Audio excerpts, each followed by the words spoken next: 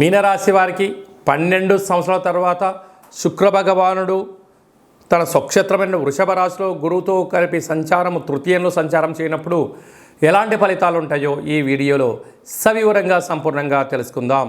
మీనరాశిలో ఏ నక్షత్రాలు వస్తాయనగా పూర్వాభాద్ర నక్షత్రంలోని చివరి పాదమైన 4వ పాదము, ఉత్తరాభాద్ర నక్షత్రంలోని 4 పాదాలు, రేవతి నక్షత్రంలోని 4 పాదాలు కలిపితే మీనరాశి.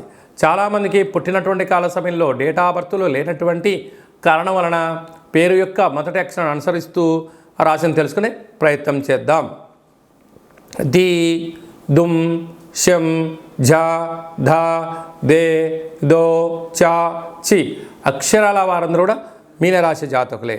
మీనరాశి యొక్క అధిపతి దేవగురు బృహస్పతి కనుక వీరికి ఒకవైపు ఏళ్లనాటి శని ప్రారబ్ధ సంచార స్థితిలో ఉండడం, రాశిలోనే కుజుడు సంచారం చేయడం, కుజదోష ప్రభావం కారణం అక్కడే రాహు కూడా సంచారం చేయడం వలన కొన్ని విషయాల్లో మాయా అనేటువంటి కనపడుతూ ఉంటుంది.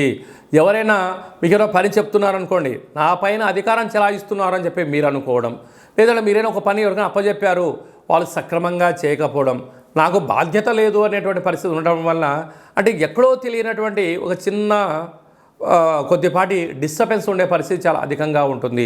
అలాగా విశేషంగా 2వ స్థానంలో బుధ శుక్ర సంచార స్థితి ఉండడం వలన వస్తువులు, బంగారు ఆభరణాలు, విలాస వస్తువులు, కార్లు, బంగ్లాలు, ఫామ్ హౌస్లు, సువర్ణ ఆభరణాలు, వజ్ర వైడూర్య మరకత ఆభరణాలు కొనుగోలు, క్రయ విక్రయాలు యోగదాయకంగా ఉంటుంది. తృతీయంలో 12 సంవత్సరాల తర్వాత శుక్ర భగవానుడు గురువుతో కలిసి ఉండడం వలన అక్కడే రవిచేత హస్తగతం అవ్వడం వలన తల్లిదండ్రులతో, అన్నాదమ్ములతో, అక్కాచెల్లెలతో పార్ట్నర్షిప్ వ్యవహార కార్యక్రమం నడిపించే వారు ఎంతో జాగ్రత్త అవసరం సుమా.